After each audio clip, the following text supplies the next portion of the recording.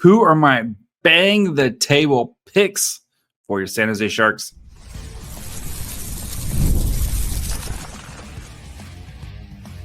Your Locked On Sharks, your daily podcast on the San Jose Sharks, part of the Locked On Podcast Network, your team every day.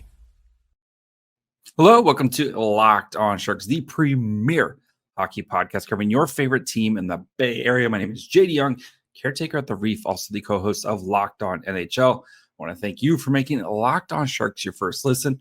Proudly part of the Locked On Network. We cover your team every day. And if you want to be an everydayer, all you have to do is just follow along wherever you get podcasts, or you can watch on YouTube as well. And today we're going to be looking at my, what I call bang the table pick. So players, if they are available for the San Jose Sharks when they come up to pick, these are players who I think the San Jose Sharks should be interested in selecting, because I think they're very good players, and they're going to be very good players for San Jose. We, of course, Sharks have the number 2 pick in this year's draft, right? And let me start there. And I know there's a lot, especially if you're on Twitter, if you're on what, like, the rumors are flying. I'm in LA now. I've talked to some of my friends here and stuff. I get it. There's a lot of anxiety about what the Sharks are going to do at number 2, whether it's going to be Anton Friedel or whether it's going to be Michael Misa. First of all, let's take a deep breath, guys. So I still, as I'm recording this, I still think it's Misa. I still think it's going to be Michael Misa is going to be the pick. And that is who I'm banging the table for. We'll get to Misa in a second. If it is Friedel, guys, again, it's not the end of the world. Is it the pick I'd make? No. Does it mean he's going to be the worst player ever? No. Let's go back to this time last year, right? Sharks had to pick the decision between Zeev Buium and Sam Dickinson. We, as a collective fan base, banging the table for Zeev Buium. Sharks picked Sam Dickinson. Dickinson, pretty good year last year, right? And not to say Zeev Buium didn't have a great year as well, but Dickinson had an excellent year. Was the CHL Defenseman of the Year, right? Amazing season for Dickinson. Like, going to be, most likely playing in the NHL next year. It feels like the Sharks hit a home run with that pick now. Go back 2 years ago, right? The Sharks need to pick Matvei Michkov at number 4, no matter what.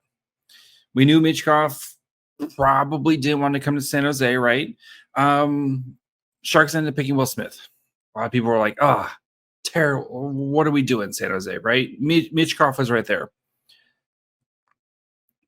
I don't know. Will Smith had an amazing freshman season at BC and then followed up with a really great second half of the season with the San Jose Sharks last year, right?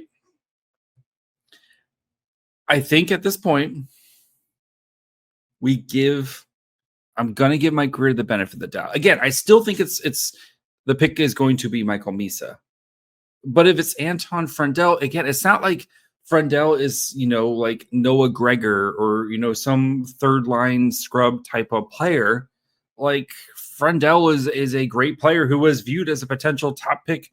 We knew Hagens was kind of projected to be the top pick, but Friedel was right in the mix as well and had some injuries to start the season and had a really strong second half of the season.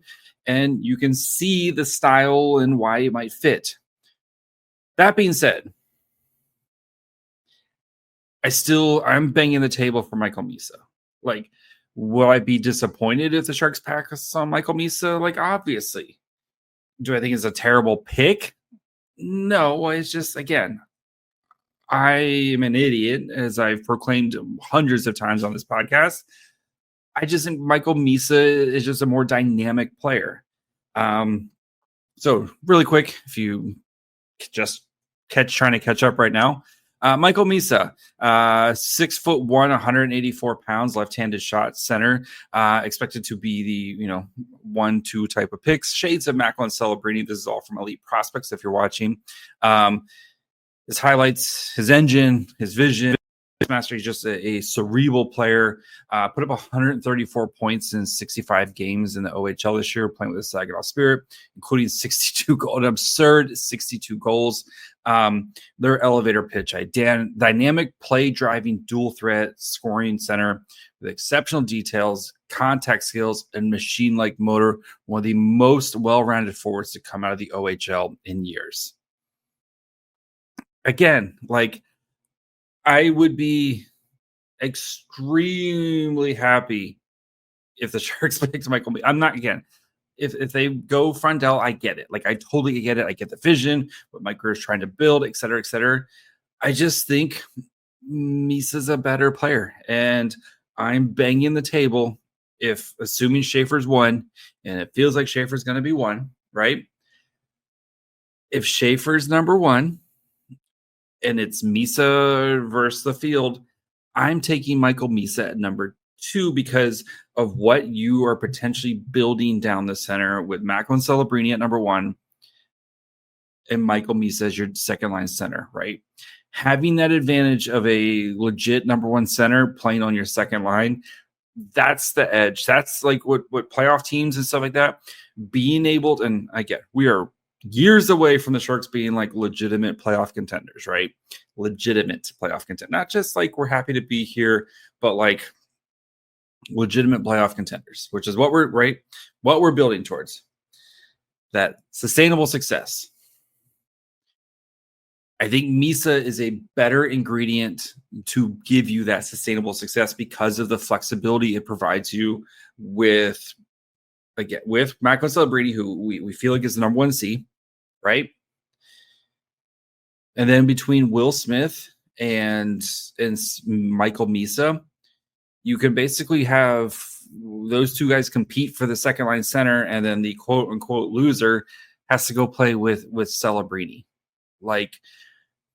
And the great thing is, if again with all these guys who have center flexibility, if somebody gets hurt, you're not losing a number 1 center, right?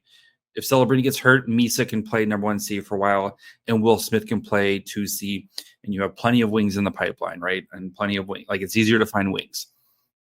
If Smith gets hurt, if the overlap and the flexibility it gives you with your roster, and then 2, if Will Smith doesn't work as a center, you don't have to go looking for a second line. Look at what every team is looking for right now in the league. Most teams, they're trying to upgrade that 2C. Imagine you can lock yours in for the next 15 years, your 1 and 2 Cs between Celebrini and Smith, and just that or Celebrini and Misa, and then you also have Smith as well. Just the dynamic nature of those players. And again, not to say, Anton Frondell isn't going to, projected to be a second line center, which, okay, cool.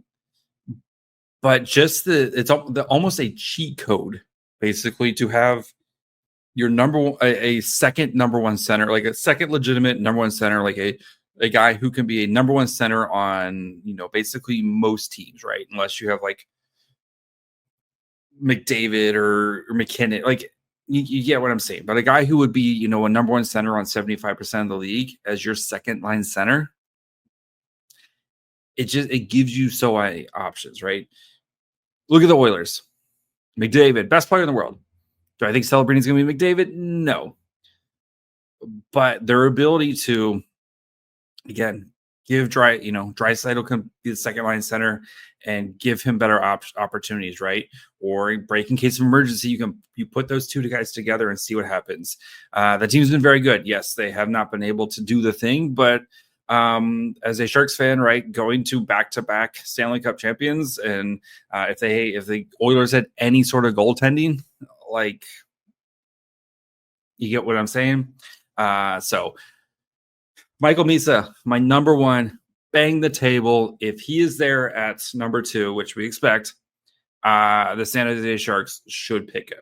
If he's not there, you're getting Matthew Schaefer, which would be really awesome. But again, we expect like Schaefer's basically a lock to go at number 1 here. So yes, that's my first. So we're going to be kind of switching now to kind of the end of the first rounds, beginning of the second round.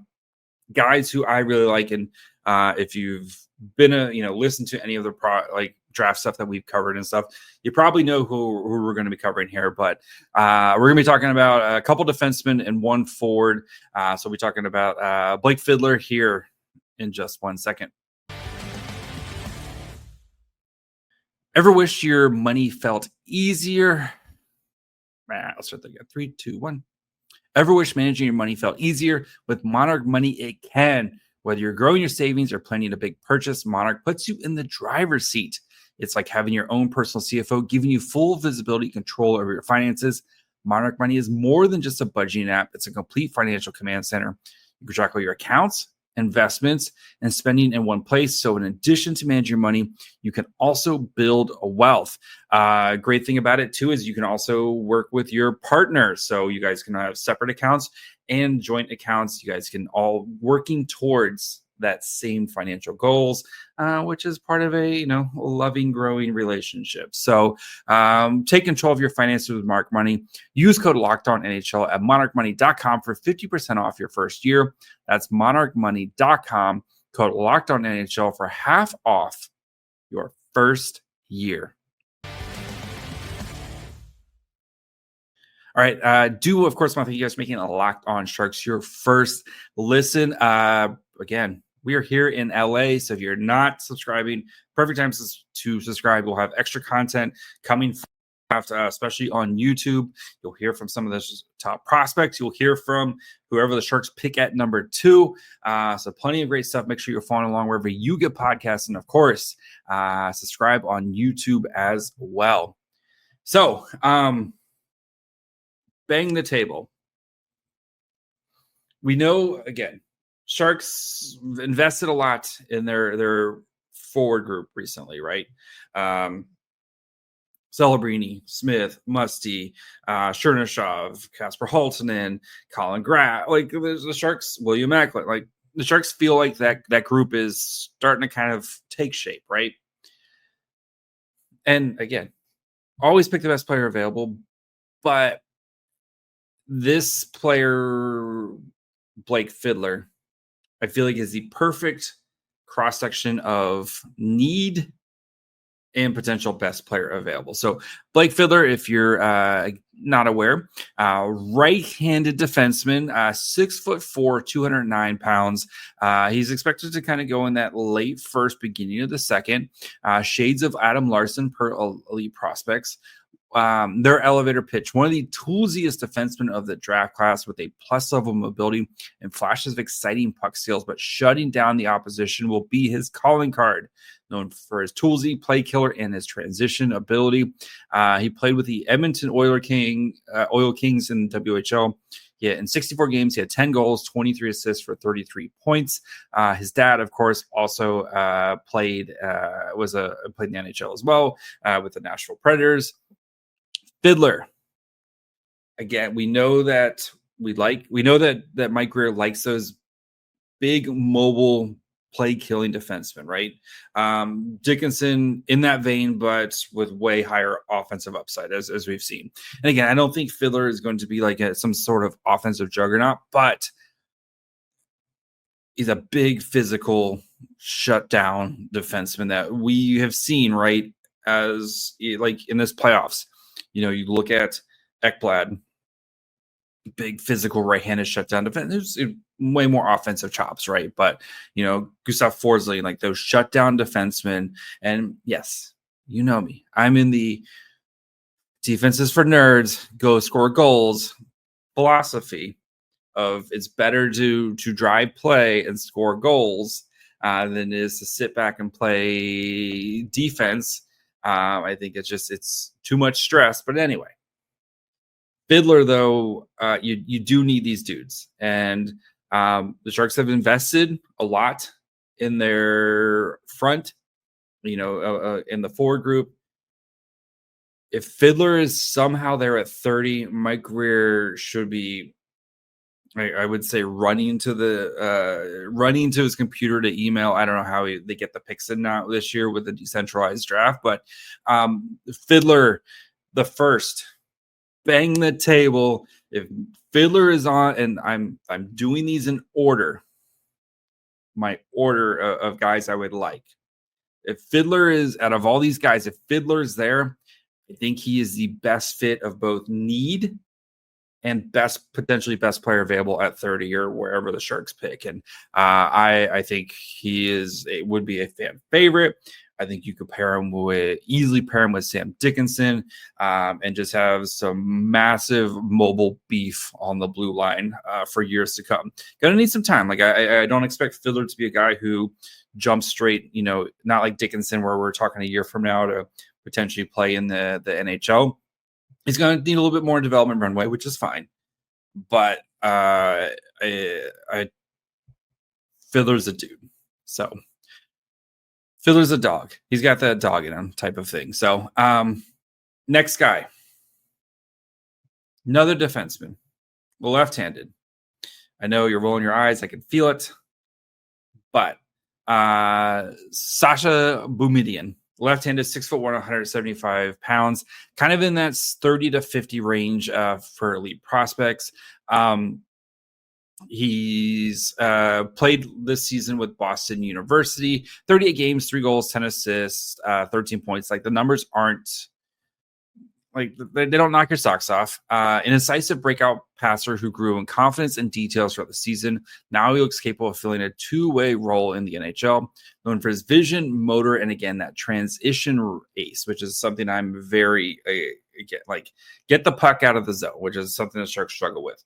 I know Boumedienne, not the greatest year, but you have to keep in mind one of the youngest players in the NCAA this year, if not the youngest. I think one of the youngest. So I'm taking the upside. I'm taking the runway of, he got his butt kicked for the first half of the season, but he was a much better player the second half of the year and was earning a much bigger role. Yes, again, not going to be the most offensively driven guy, but I think there's going to be a bigger opportunity with him next season on Boston University. I think I said BC earlier. My bad. On BU. Tom Villander, who the Canucks picked 11th overall a couple seasons ago, signed his ZLC, of course. I know they have one of the hut size there still. All the offense from the blue line is going to run through him, but we saw Boumedienne carving out a bigger role by the end of the season, and especially during playoff time and during the NCAA tournament. I think that is going to be a jumping off point where after you draft him, I think you can see a big jump from him this season. Now that sophomore season, got his feet underneath him, should expected to carve out a bigger role on a BU is going to be a very good team again, going to be playing big time hockey. And I'm willing to take the jump, the risk jump, whatever. I'm willing to bet on the ability for him to continue to grow, especially because he's so young, right? I know the birthday thing, right, is always kind of a running joke or whatever, but like still, this guy's birthday is one of the later, like he didn't turn 18 until midway through the season. Like I think that is a huge advantage that he's played a lot of college. He's played an entire season of college hockey and half of it as a 17-year-old.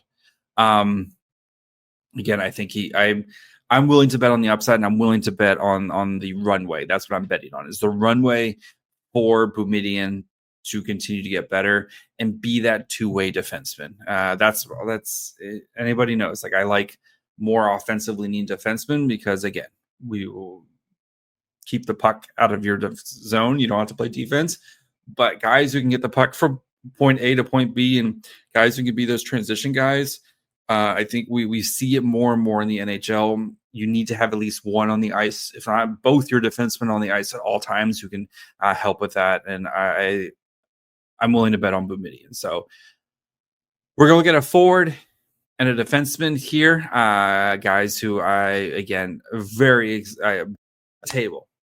Bang it. If these guys are potentially available, these are guys I want Mike Greer to draft. We'll be talking about Bill Zonnon, the ultimate dog in him player, in just 1 second. Guys, you've probably heard of Viagra or Cialis. Maybe you even tried them. But if you're looking for something beyond the usual pill, it's time to get Rugetti ready. Rugetti is a next-gen prescription treatment designed to amplify arousal in the brain and boost blood flow. Unlike the usual pills that can take hours, Rugetti's 3-in-1 formula dissolves under your tongue and kicks in fast, on average in 15 minutes. Effects can last up to 36 hours, so you can stay confident and in control when the moment is right. Traditional options haven't worked. Rugetti might be the answer. Over 150,000 men have already made the switch. So head to Rugetti.com/LockedOnNHL and use code LockedOnNHL to get 15% off today. That's RUGIET.com/LockedOnNHL and use promo code LockedOnNHL for 15% off. Individual results may vary with prescription treatment. Compound drugs are permitted to be described under federal law, but are not FDA approved and do not undergo FDA safety, effectiveness, or manufacturing review. Please visit the Rugetti website for full safety information. All right, guys, do, of course, want to thank you for making a Locked On Sharks your first listen. I know it's a little bit later than usual in LA, all the fun stuff. So when you're done checking out this episode, make sure you guys are checking out the Locked On NHL podcast. We are busy right now, right, with the draft. We have free agency next week, so we're going to be covering the biggest daily league-wide stories. And even when all the fun offseason stuff's over, we still got you covered every day. With local coverage you love from Locked On, find Locked On NHL on YouTube, wherever you listen to podcasts. All right, Bill Zonnon. Bang in the table for Bill Zonnon. If you want a power forward guy, and yes, I know there's the Porter Martone hive out there. I think Bill Zonnon can do a lot of the same stuff. Not like Porter Martone. There's a reason he's a potential top 5, top 10 pick, and Bill Zonnon is a late first round pick. But Bill Zonnon, I think, worthy investment at the end of the first, beginning of the second. So Zonnon's 6'1", 185-pound left-handed forward, expected to kind of go in that 24 to 32 range. So end of the first round here. Playoff ready forward with a special checking skill, intelligence, relentless pace, and playmaking. He played with the Huskies in the QMJHL. I know he just got traded as well too. So he played 64 games, 28 goals, 55 assists, 83 points that time. His traits got that dog in him, fearless, and vision. Zonnon is a Mike Greer player, if you ever kind of came up with it, right? That compete level, that intensity, that snarl, but also the skill. Like, this isn't just some, like jabroni fourth line guy that you put out there and he's just going to kind of muck it up for you. He's super skilled too. And the way he plays, like, he does not take a shift off. This is a play, like they said, this is a playoff type of dude. And yes, like I mentioned earlier, we are years away from legitimate playoff contenders, right? And Zonnon's going to need some time. I think he's the guy who will, he's going to play, in the queue again next year. But wouldn't be surprised if maybe a year of college and then kind of pro after that or whatever it is. But he's going to need some time to develop. But when he would be a special player to put in your middle six. And especially if you're worried about the size of guys, not the size, but maybe the physicality or of some of the Sharks' a little bit smaller forwards. He plays big and he doesn't give up. He doesn't quit.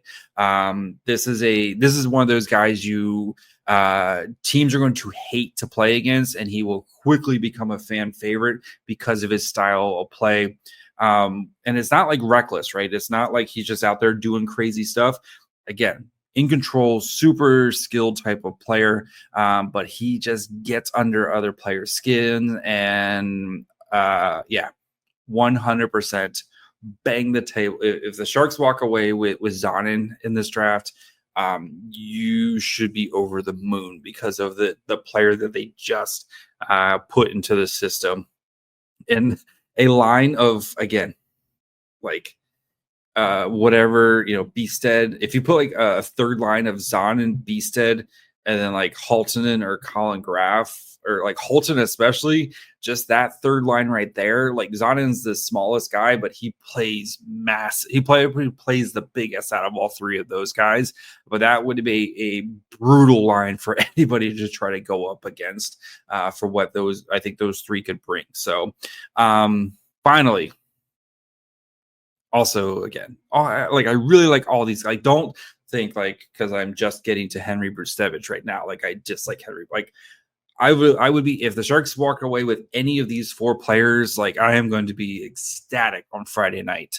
Especially at the end of the first round or beginning of the second round, I will be ecstatic if they walk away with one of these guys, because I really believe in all these guys. So Henry Brzustewicz, who we've talked about a bunch on this podcast, but 6'1", 203-pound right-handed defenseman, expected to kind of go in that 30 to 50 range. A high-activity blue liner with a well-rounded toolkit who looks to create on every puck touch, particularly off the rush, but details need refining. He played with the London Knights, with Sam Dickinson's partner for the majority of the season. 67 games, had 10 goals, 32 assists for 42 points. Known for his fleet of foot and as a toolsy player.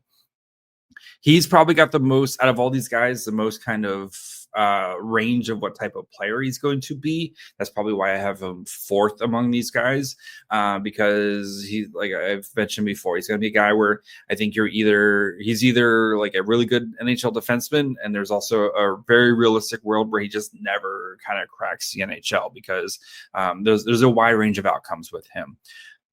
But again, that fit of need and potentially BPA, Brzustewicz is a guy who I think in the end of the first round, beginning of the second round, I'm willing to take a swing on him because, again, I think the upside is potentially there as a second pairing type of defenseman. And like I like defensemen who can move with the puck and create for other players. And we saw that especially this season with London. And yes, like you're not going to get a chance to shine when you're playing with Sam Dickinson, but I think you saw enough of it.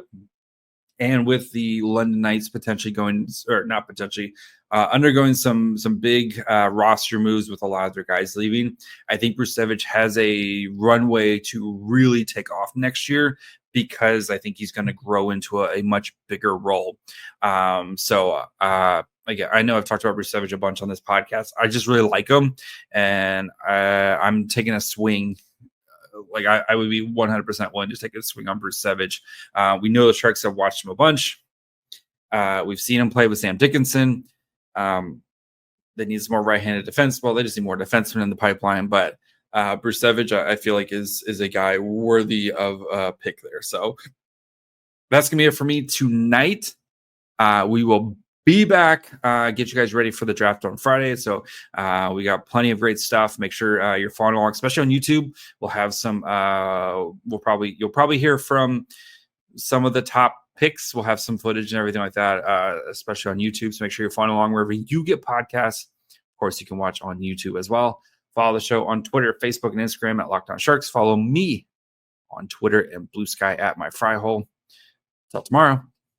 Bye, friends.